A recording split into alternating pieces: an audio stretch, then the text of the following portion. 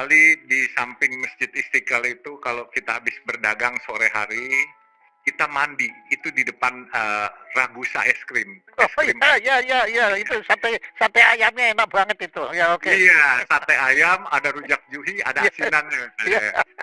Nah, waktu itu kami tuh kan dagang berenam tuh, teman-teman pulang sekolah, dagang ngambil dagangan ke tempat orang tuanya kawan saya.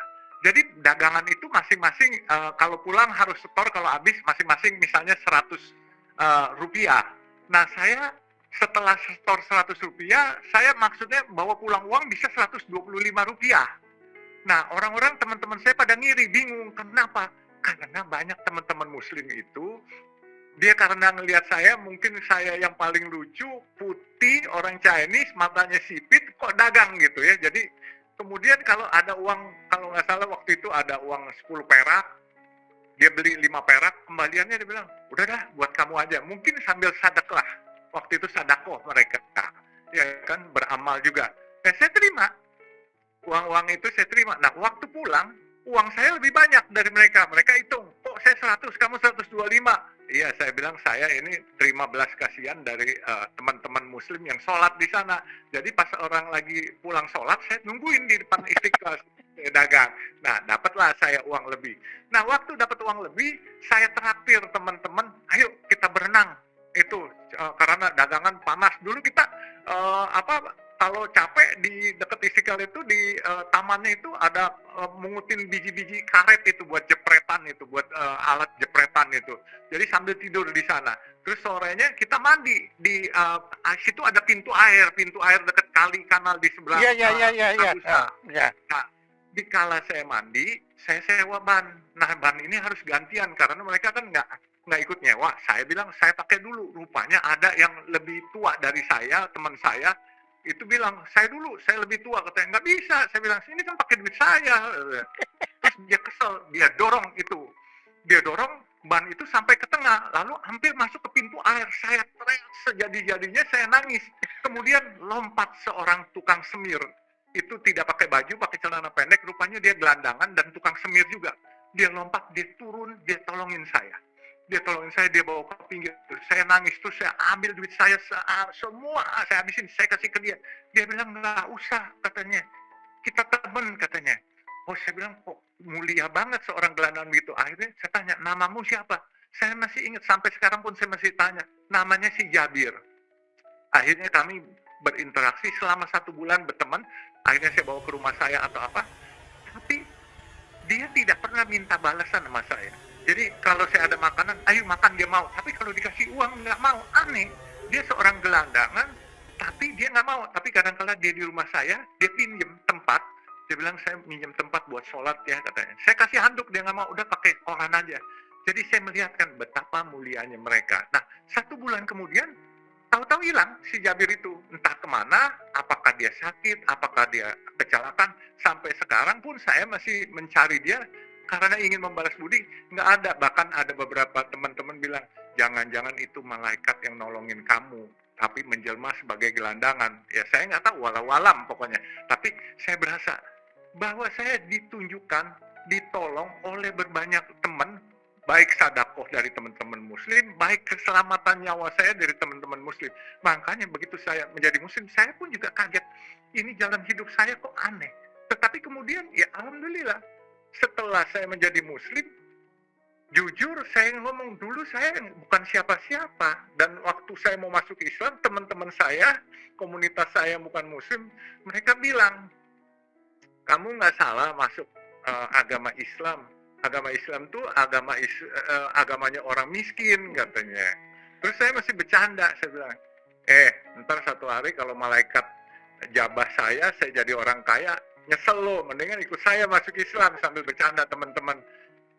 Alhamdulillah Pak Jaya, saya juga kagak tahu dari anak jalanan, gelandangan sampai hari ini saya bisa jadi sedikit mempunyai rezeki, jadi anak kampung rezeki kota, itu semua pasti saya percaya gerak Allah dan saya bisa jadi hari ini. Nah makanya terus waktu saya punya usaha sedikit, saya cuma punya niat, saya akan mengharumkan nama Islam. Terus singkat kata 2018 itu umur saya 60. 2017 Desember 60. Lalu bulan Februari awal, saya memanggil staf-staf saya. Saya bilang, sudah 12 tahun kita eh, selama ini memberi makan orang di bulan puasa secara gratis. Saya bilang, coba dong, dikala umur saya 60, saya ingin lebih bersyukur kepada Allah karena rezeki yang diberikan berlimpah ruah yang saya nggak ngerti ini maksudnya apa. Sehingga saya merasa bahwa di rezeki yang diberikan, harta yang diberikan kepada saya, pasti ini banyak haknya orang banyak. Oleh sebab itu saya bilang, kita bikin yuk acara dagang nasi, tetapi kita nggak jual, tapi kita subsidi sebanyak mungkin dengan nasi kuning. Terus mereka tanya, kenapa nasi kuning? Karena saya bilang dulu ibu saya dagang nasi kuning dan saya yang tukang bawain nasi kuningnya di Samarinda.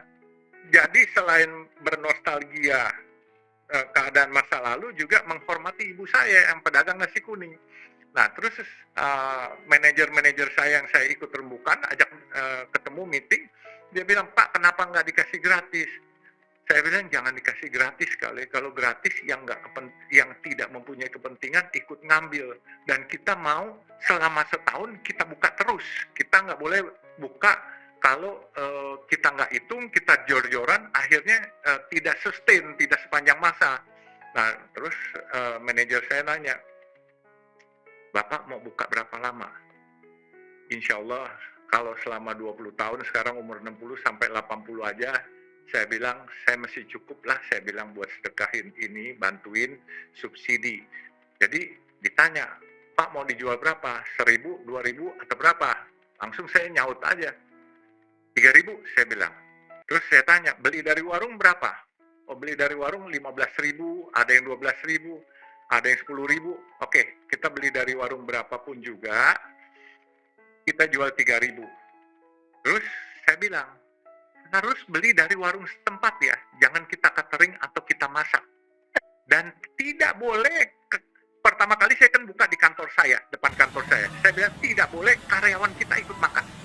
Kita bukan sedekah untuk karyawan kita, kita mau bantu sedekah untuk orang lain yang kita nggak kenal. Nah, akhirnya kita mulai buka 6 Februari 2018. Alhamdulillah, believe it or not Pak Jaya, modal saya cuma 100 juta, sudah 3 tahun berjalan, nanti 6 Februari 2022 ini, saya uangnya masih ada, bahkan surplus, kurang lebih masih ada 550 juta. Kalau Pak Jaya tanya dari mana, saya tidak punya nomor rekening, saya tidak bikin proposal donasi, tetapi ada aja teman-teman yang datang. Bahkan yang hebat luar biasa, banyak teman-teman Nasrani dan Buddhis yang datang, yang memberikan bantuan. Dan kadang-kadang saya bilang, saya nggak buat proposal, mereka minta proposal, minta nomor rekening. Saya bilang, maaf, saya ini mau sedekah keluarga kami sendiri. Saya emang nggak boleh ikut sedekah, katanya. Oh boleh, saya bilang bukan nggak boleh. Jadi yang hebat Pak, teman-teman Nasrani, pernah ada satu teman Nasrani ibu-ibu, dia datang naik Mercy, dia makan di tempat saya. Sempat anak-anak saya bilang, Pak, orang kaya kok makan di sini. Saya bilang, nggak boleh suzon, kita nggak tahu apa maksudnya. Betul aja, waktu dia pulang, dia kasih amplop, dia taruh. Terus anak buah saya buka, kan saya lagi ngelayanin, Pak, ini kok ada uang banyak katanya. Saya buka 50 ribuan, satu gepok 5 juta. Saya langsung panggil, takutnya ibu itu salah. Ibu, saya bilang, maaf, ini uang ibu lebih. Terus dia bilang, kenapa? Karena saya Nasrani, saya nggak boleh nyumbang. Oh bukan itu ibu. Saya senang, saya sebagai umat Nasrani, saya melihat Anda luar biasa, dan ini benar-benar konkret, langsung ke umat katanya. Jadi perkenankanlah saya membantu. Bahkan dia minta nomor rekening. Saya bilang, Bu, nggak ada nomor rekening. Kalau ibu mau bantu, siapapun mau bantu, datang aja kemari. Kami akan salurkan sedekah dari ibu yang kami utamakan. Bahkan sekarang ini, yang lucu di Taman Lembang, di Menteng itu juga kita buka Taman Suropati, ada di Jalan Krekut Bundar dan di Sunter. Di Taman Lembang itu kita dagang bisa gantian Pak Jaya. Jadi ada seorang tukang bakso, terus ada seorang tukang bakmi. Terus ada juga kontraktor. Dia kontraktor bilang, Pak Yusuf, saya boleh nggak nyumbang 100 porsi hari ini? Oh boleh, katanya. Terus titip Pak Yusuf, nggak mau, saya bilang titip saya. Saya punya stok, kamu dagang di situ. Tapi saya bilang, nggak boleh gratis ya. Dagangnya 3.000, karena kita mau mendidik mereka dengan 3.000, supaya jangan nanti kalau gratis semua orang yang nggak lapar pun ngambil, saya bilang gitu. Nah, terus dia pada ikut dagang, bakso ikut dagang. Ntar dia bilang, Pak Yusuf, saya hari ini yang dagang ya. Oke. Terus ada lagi yang kontraktor, Pak Yusuf, saya manggilin ini tongseng katanya, biar itu bagi di sana dagang. Oke. Nah, kadang-kadang uangnya, saya bilang 3.000 itu, bawa aja pulang. Mereka bilang, enggak, Pak Yusuf, nambahin aja. Nah, kemudian juga, yang lucu Pak Jaya, saya pernah didatangi seorang direktur utama pabrik semen lah, saya nggak usah sebut namanya, tapi saya kaget. Saya pikir mau ngapain ini, mau jual semen kepada saya atau apa. Dia bawain saya amplop. Pak Yusuf, ini buat Pak Yusuf nih. Saya dalam hati saya, ini penghargaan apa ya? Saya bilang, izin ya, saya buka. Saya buka, nggak taunya cek 250 juta rupiah. Saya bilang, alhamdulillah juga, buat apa ini? Mula-mula tahu-tahu buat nasi kuning. Dan mereka itu seorang tokoh Katolik loh Pak, itu dirutnya perusahaan semen itu, dan luar biasa itu. Jadi bahkan saya setiap tahun itu menjadi sumbangan rutin mereka. Dan ada lagi yang satu Pak, ini benar-benar true story. Kala di Jalan Taman Lembang itu kita jualan PSBB kemarin, kita melayani orang umat semua ya. Ada ibu-ibu saudara kita dari suku India, umat Hindu, itu olahraga di sana. Terus dia tanya, waktu itu nyonya saya yang dagang. Saya lagi ngelayani di outlet lain. Dia bilang, buka sampai jam berapa? Oh, sampai jam 12. Waktu itu jam 11. Sebentar ya, nanti saya balik lagi. Kemudian jam 11:30 ada seorang satpam yang datang. Satpam datang, terus ini titipan dari ibu, ini yang tadi katanya. Oh iya, dibuka angkanya kalau nggak salah 4.200.000 gitu. Jadi oh ya udah, alhamdulillah, jadi terima. Terus Bapak percaya nggak percaya, di kantor saya ada yang datang, ada yang ngasih uang juga. Dia amplopin uang tunai, angkanya tidak bulat, 19,4 juta gitu. Sehingga saya terus bertanya dan menelpon ke orangnya, ini duitnya terima kasih, terus boleh tahu nggak kenapa angkanya kok nggak genep, nggak ini? Rupanya mereka pakai angka Hong Sui Pak Jaya. Jadi saya ketemu Hong Sui, dia bilang, tolong titipkan, ini saya mau sedekah buat keluarga saya, nama ini. Dan ini banyak kan teman-teman yang non-muslim dari teman-teman suku Tionghoa, bahkan ada juragan batu bara Pak Jaya. Itu dia sampai bilang begini, tolong dong outletnya satu yang di Sentul Bogor dibuka ya. Itu anak muda itu siapa, John sama Simon, 2 orang itu pengusaha batu bara yang cukup gede dan nikel. Dia bilang, saya minta dibukain outlet spesial buat saya, tapi orangnya Pak Yusuf yang jagain, dan setiap hari, dan PT saya tolong ditaruh di flyer dan didoakan katanya. Sudah, saya kasih waktu itu.